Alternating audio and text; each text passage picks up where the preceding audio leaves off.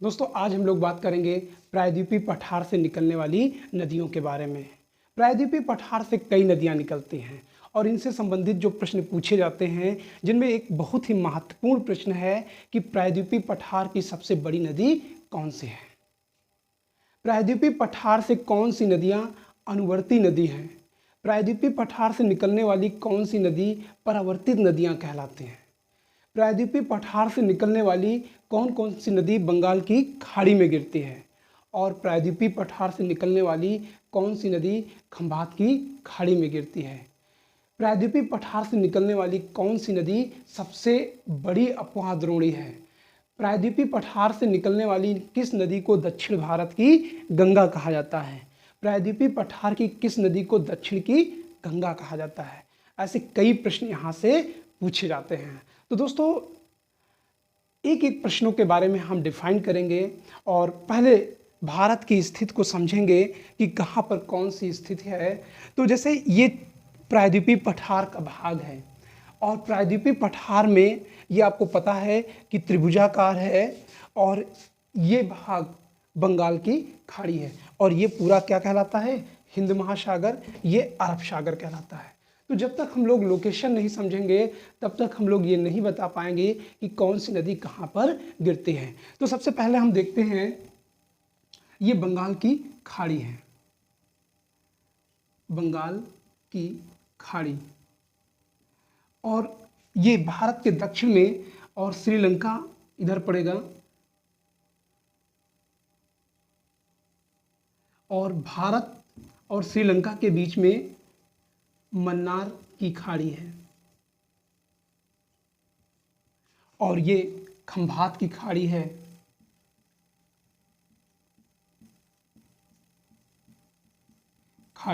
और ये कच्छ की खाड़ी और ये पूरा जो है अरब सागर है। तो आज हम लोग देखेंगे कि प्रायद्वीपीय पठार से कौन कौन सी नदियां निकलती हैं। तो दोस्तों प्रायद्वीपीय पठार में आप लोगों को यहाँ बताया गया था कि यहाँ पर एक विंध्य पर्वतमाला है। कौन सी पर्वतमाला है? विंध्य पर्वतमाला। और विंध्य पर्वतमाला से कई नदियां निकलती हैं, जिनमें से चंबल, सिंध, बेतवा, केन। तो विंध्य पर्वतमाला में चंबल नदी महू के पास निकलती है और बेतवा नदी रायसेन की पहाड़ी से निकलती है और केन नदी विंध्य पर्वतमाला की कैमूर पर्वत श्रेणी से निकलती है और ये आगे जाके यमुना की सहायक नदी बनाती है और आगे गंगा में मिल जाती है। तो आपने देखा कि चंबल, सिंध, बेतवा, केन और नीचे सतपुड़ा पर्वतमाला है और सतपुड़ा पर्वतमाला से एक नदी निकलती है, सोन नदी। तो और आगे ये गंगा में मिल जाती है, ये गंगा नदी है। तो इन नदियों के बारे में आपने पिछली क्लास में अच्छे से समझ लिया था और यहाँ आपको केवल यही बताना है कि ये नदी भी प्रायद्वीपीय पठार से निकलती हैं। क्योंकि ये नदियाँ आपको पता है कि ज़्यादातर नदियाँ दक्षिण की तरफ बढ़ती हैं और समुद्र में गिर जाती हैं, लेकिन ये नदियाँ उत्तर की तरफ जाती हैं और इसी कारण इन्हें परावर्तित नदियाँ कहते हैं। तो चंबल, सिंध, बेतवा, केन, सोन, इनको परावर्तित नदी कहते हैं। और फिर आगे आपको दामोदर नदी बताया गया था, दामोदर नदी। तो ये सारी चीज़ें के बारे में आपने पिछली क्लास में पढ़ लिया था, लेकिन आज हम लोग बात करेंगे कुछ ऐसी नदी, जैसे एक नदी है स्वर्णरेखा नदी और स्वर्णरेखा झारखंड के रांची के पठार से निकलती है। कहाँ से? रांची के पठार से, और रांची होते हुए कहाँ पर आ जाती है? बालासोर के निकट, यानी यहाँ पर उड़ीसा पड़ेगा रांची और बालासोर। बालासोर, और बालासोर कहाँ पड़ेगा? उड़ीसा में। तो प्रश्न पूछा जाता है जमशेदपुर किस नदी के किनारे है? तो जमशेदपुर स्वर्ण रेखा नदी के किनारे है। कौन सी? स्वर्ण रेखा नदी के किनारे है। तो जमशेदपुर यहाँ पड़ेगा, जमशेदपुर। प्रश्न अगला पूछा जाता है जमशेदपुर का प्राचीन नाम क्या है? तो जमशेदपुर का प्राचीन नाम साकची है। साकची। प्रश्न पूछा जाता है कि जमशेदपुर का प्राचीन नाम क्या है? साकची है। फिर अगली नदी है वैतरणी नदी। देखिए, दो वैतरणी नदी है। एक यहाँ पर उड़ीसा से उच्च भूमि से निकलकर कहाँ? बंगाल की खाड़ी में गिर जाती है। तो ये कौन सी नदी है? वैतरणी नदी। एक वैतरणी नदी महाराष्ट्र में भी पड़ेगी और एक यहाँ भी वैतरणी नदी है। तो इसको लेकर कंफ्यूज मत होना, क्योंकि ज़्यादातर वैतरणी जो बताई जाती है वो महाराष्ट्र वाली वैतरणी नदी के बारे में ही बताया जाता है, लेकिन ये वैतरणी नदी उड़ीसा क्षेत्र में भी है। उसके बाद एक नदी और है जिसका नाम है ब्रह्मणी नदी, और ब्रह्मणी नदी भी जो है उड़ीसा में है, और ये आकर कहाँ पर? बंगाल की खाड़ी में गिर जाते हैं, और इस नदी का नाम है ब्रह्मणी नदी। उसके बाद एक अगली नदी है जिसका नाम है महानदी, और महानदी कहाँ से निकलती है? छत्तीसगढ़ के उच्च भूमि पर। छत्तीसगढ़ के यहाँ पर छत्तीसगढ़ पड़ेगा, और यहाँ पर छत्तीसगढ़ रायपुर जिला है, और रायपुर जिले के पास है एक स्थल सिहावा। सिहावा, और यहीं से ये नदी निकलती है, और ये नदी उड़ीसा पहुँचती है, और उड़ीसा में एक बांध बनाती है जिसका नाम है हीराकुंड बांध। हीराकुंड बांध, और हीराकुंड बांध होते हुए यह बंगाल की खाड़ी में गिर जाती है, और बंगाल की खाड़ी में गिरने से पहले ये कई भागों में बढ़ जाती है, और इस क्षेत्र को माउथ ऑफ महानदी कहते हैं। तो ये कौन सी नदी है? महानदी। तो प्रश्न पूछा जाता है महानदी कहाँ पर गिरती है? तो महानदी बंगाल की खाड़ी में गिरती है, और कहाँ से निकलती है? तो रायपुर के उच्च भूमि है जिसका नाम है सिहावा, और वहीं से ये नदी निकलती है, और इसका एक भाग जो है अमरकंटक पर्वतमाला से निकल कर आती है, क्योंकि ये पर्वत श्रृंखला सतपुड़ा की है, और यहीं से सोन नदी निकलती है, और दूसरी तरफ से महानदी की सहायक नदी निकलती है, और आके ये बंगाल की खाड़ी में गिर जाती है। उसके बाद एक दूसरी नदी है जिसका नाम है गोदावरी नदी। गोदावरी नदी को दक्षिण भारत की गंगा भी कहा जाता है, क्योंकि ये नदी जिस तरीके से उत्तर भारत में गंगा नदी फैली है, उसी तरीके से दक्षिण भारत में गोदावरी फैली है, और इसीलिए अफवाह की दृष्टि से दक्षिण भारत की गंगा कहा जाता है। क्या कहा जाता है? दक्षिण भारत की गंगा कहा जाता है। यहीं से एक प्रश्न और पूछा जाता है, दक्षिण की गंगा किसे कहा जाता है? तो वो कावेरी नदी को कहा जाता है। तो इसको लेकर कंफ्यूज नहीं होना। यहाँ पे हम पहले बात करते हैं दक्षिण भारत की गंगा के बारे में। तो महानदी के बाद हम देखते हैं गोदावरी नदी, और गोदावरी महाराष्ट्र के पश्चिमी घाट में एक स्थल है नासिक। कौन सा है? नासिक। और याद रखिएगा, नाक से निकलकर गोद में आ गई। कौन सी? गोदावरी। तो नासिक गोदावरी नदी कहाँ से निकलती है? नासिक से निकलती है और ये कई राज्यों से होते हुए कहाँ पर?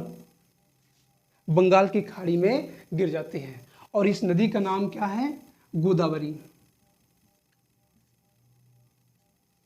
अब गोदावरी के बारे में कई प्रश्न पूछे जाते हैं कि इसे दक्षिण भारत की गंगा क्यों कहा जाता है।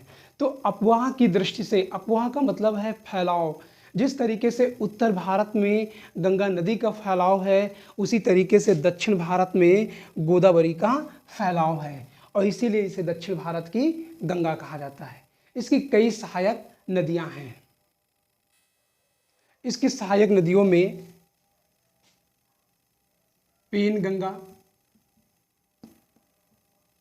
पेनगंगा, वेनगंगा। तो यहाँ पर वेनगंगा एक नदी छत्तीसगढ़ से निकलकर आती है और आके गोदावरी में मिल जाती है और इस नदी का नाम है इंद्रावती। इंद्रावती। तो पूछा जाता है इंद्रावती किसकी सहायक नदी है? तो इंद्रावती गोदावरी की सहायक नदी है और कहाँ से निकलती है? छत्तीसगढ़ के। और एक उड़ीसा से नदी आती है सिलेरू, सिलेरू। और पूछा जाता है सिलेरू कहाँ से निकलती है? तो उड़ीसा से निकलती है और गोदावरी की सहायक नदी बनती है। और आगे एक और नदी है इसकी सहायक नदी जो सिलेरू की सहायक नदी कहलाती है। फिर यहीं पर है वर्धा वगैरह और कई छोटी छोटी नदियों को मिलाकर ये एक बड़ा अपवाह तंत्र तैयार करते हैं। तो इस तरीके से गोदावरी नदी का एक बड़ा अपवाह तंत्र है जो प्रायद्वीपीय पठार में सबसे बड़ी नदी मानी जाती है। तो प्रश्न पूछा जाता है प्रायद्वीपीय पठार की सबसे बड़ी नदी कौन सी है? तो गोदावरी नदी है। यह पूछ लिया जाता है कि अफवाह की दृष्टि से या फैलाव की दृष्टि से सबसे बड़ी नदी प्रायद्वीपीय पठार में कौन सी है? तो गोदावरी नदी कहलाते हैं। फिर प्रायद्वीपीय पठार की एक अगली नदी है जिसे हम कृष्णा नदी के नाम से जानते हैं। तो प्रश्न पूछा जाता है कृष्णा नदी कहाँ से निकलती है? तो याद रखिए कृष्ण महाबलशाली हैं, तो ये महाराष्ट्र के महाबलेश्वर से निकलती है।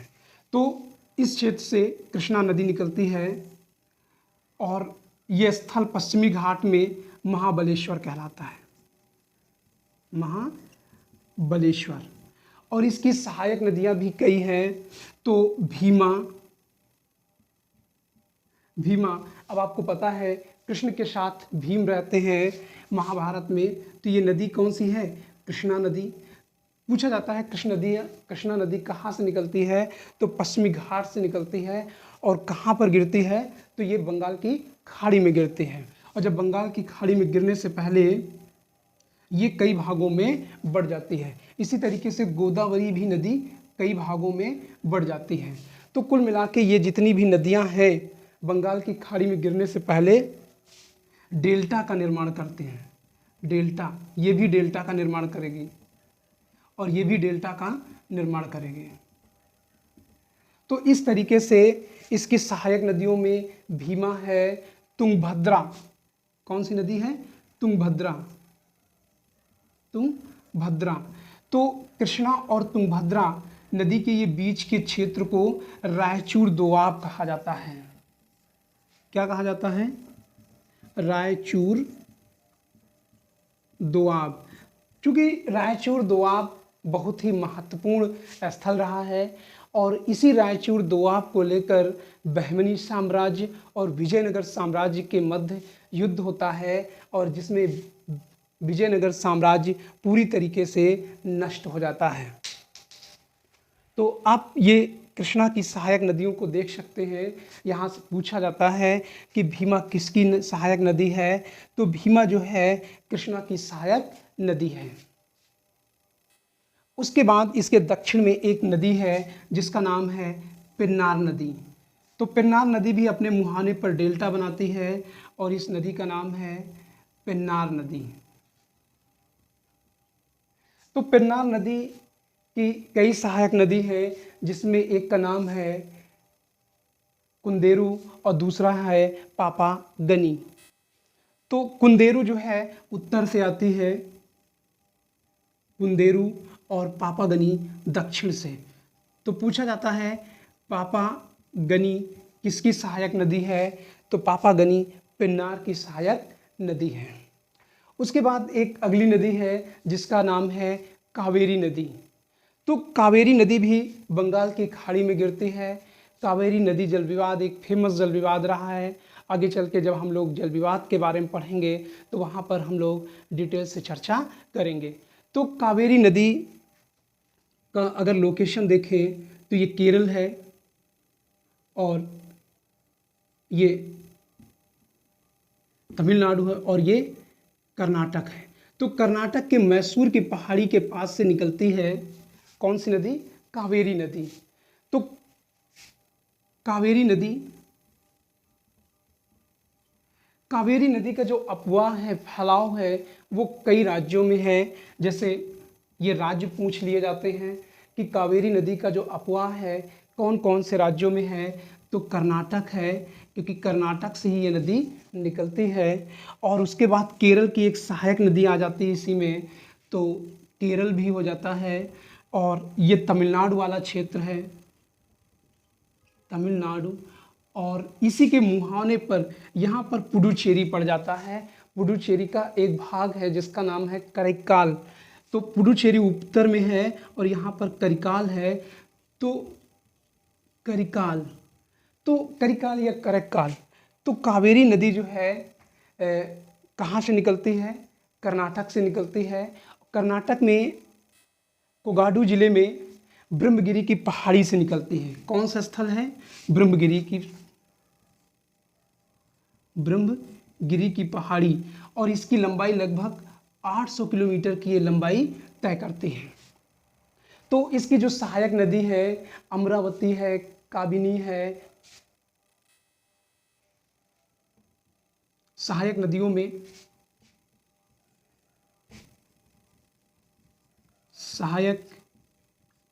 में काबिनी पूछा जाता है। काबिनी किसकी सहायक नदी है, तो कावेरी की सहायक नदी है। एक और है अमरावती। देखिए अमरावती 3 स्थल है। एक यहाँ पर भी एक नदी का नाम है, छोटी नदी है, और एक आंध्र प्रदेश में भी पड़ जाएगा, और अमरावती एक स्थल महाराष्ट्र में भी पड़ जाएगा। तो अमरावती, काबिनी, और एक और इसकी सहायक नदी है जिसका नाम भवानी है। तो इस तरीके से इसकी सहायक नदियाँ हो गई, और ये मुहाने पर भी कई भागों में बढ़ जाता है। तो इस तरीके से आप देखते हैं कि बंगाल की खाड़ी में गिरने वाली नदियों में सबसे पहले नदी स्वर्णरेखा नदी आ गई थी। स्वर्णरेखा नदी आपने देखा, स्वर्णरेखा के ये पहली नदी है, और दूसरी वैतरणी नदी, तीसरी ब्रह्मगिरी, चौथी महानदी, पांचवी गोदावरी, छठवीं कृष्णा, सातवीं पेन्नार, आठवीं कावेरी, और एक नदी और है जिसका नाम है वेंगई नदी। तो वेंगई नदी ये मन्नार की खाड़ी में गिर जाती है। तो वेंगई नदी यहाँ पर निकलती है और इस नदी का नाम है वेंगई नदी। तो इस तरीके से बंगाल की खाड़ी में गिरने वाली नदियों का ये क्रम पूछ लिया जाता है। दक्षिण की गंगा किसे कहा जाता है, तो दक्षिण की गंगा कावेरी को कहा जाता है, जबकि दक्षिण भारत की गंगा जो है गोदावरी को कहा जाता है। कावेरी को पवित्रता की दृष्टि से कहा जाता है। जिस तरीके से उत्तर भारत में गंगा को पवित्रता की दृष्टि से पवित्र है, ठीक उसी तरीके से दक्षिण भारत में कावेरी नदी को पवित्र माना गया है। कावेरी नदी के बारे में कहा जाता है कि उत्तर भारत से ऋषि अगस्त दक्षिण भारत आए और उन्होंने दक्षिण भारत में आर्य संस्कृति का प्रचार प्रसार किया। और आर्य संस्कृति का प्रचार प्रसार करने के लिए उन्होंने व्यापक कार्य किए और उन्हीं के द्वारा कावेरी नदी का उद्गम हुआ है। तो पवित्रता की दृष्टि से कावेरी नदी को दक्षिण भारत की गंगा कहते हैं, दक्षिण की गंगा कहते हैं, जबकि दक्षिण भारत की गंगा जो है गोदावरी को कहते हैं। तो इस तरीके से आपने देखा कि ये जितनी नदियां हैं वो बंगाल की खाड़ी में गिरती हैं और बहुत सारी नदियों को आपको समझने का मौका मिल गया है। तो दोस्तों, ये जानकारी आपको कैसी लगी? अच्छी लगे तो मेरे चैनल को सब्सक्राइब करिए, लाइक करिए, कमेंट करिए और अपने दोस्तों को शेयर करिए। अभी प्रायद्वीपीय पठार की 2 नदियां और भी हैं जो विंध्य पर्वतमाला से नर्मदा और ताप्ती जो सतपुड़ा पर्वतमाला से निकलती है और बंगाल की अरब सागर में गिर जाती है। तो अगले स्टेप में हम लोग देखेंगे कि अरब सागर में गिरने वाली नदियों के बारे में। तो दोस्तों, ये वीडियो कैसा लगा? अच्छा लगे तो चैनल को सब्सक्राइब जरूर करिए। और दोस्तों, आपको पूरा क्रमिक सिलेबस आपको इसमें मिल रहा है, तो आप एक एक स्टेप को ढंग से ज़रूर देखें। Thank you.